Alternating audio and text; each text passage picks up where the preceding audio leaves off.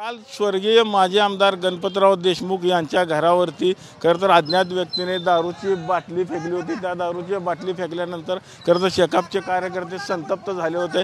आपण बघू शकतो की या संतप्त कार्यकर्त्यांनी सांगोला बंदची देखील हाक दिली होती। त्याचबरोबर आज त्याचा मोर्चा देखील खरं तर काढण्यात आलेला आहे। गणपतराव देशमुख यांच्या घरापासून ते तहसील कार्यालयापर्यंत हा मोर्चा जाणार आहे। मोर्चात कोणताही अनुचित प्रकार होऊ नये यासाठी पोलीस फौजफाटा देखील मोठ्या प्रमाणात तैनात करण्यात आलेला आहे। विशेष म्हणजे तालुक्यातील प्रत्येक गावातून तर शेकापचा कार्यकर्ता खरं मोर्चामध्ये सहभागी झालेला आपल्याला पाहायला मिळत आहे। निषेधाच्या घोषणा देखील मोठ्या प्रमाणात दिल्या जातात। हा मोर्चा आता खरं तर तहसील कार्यालयापर्यंत जाणार आणि तिथं जाऊन खरं तर या व्यक्तीला अटक करावी आणि त्याच्यावरती कठोर कारवाई करायची मागणी देखील या मोर्चाच्या माध्यमातून केली जाते आणि त्याच पद्धतीचे निवेदन देखील आता तहसीलदारला खरं देण्यात आलेलं आहे। आपण जर बघितलं तर सकाळपासूनच खरं तर सांगोला शहर व तालुक्यात कडकडीत बंद देखील पाळण्यात आला होता।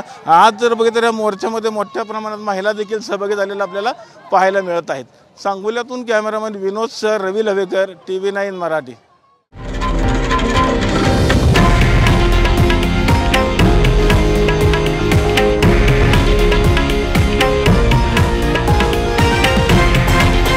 हे आहे देशातील नंबर 1 न्यूज नेटवर्क आणि आपण पाहत आहात TV9 मराठी, एकमेव।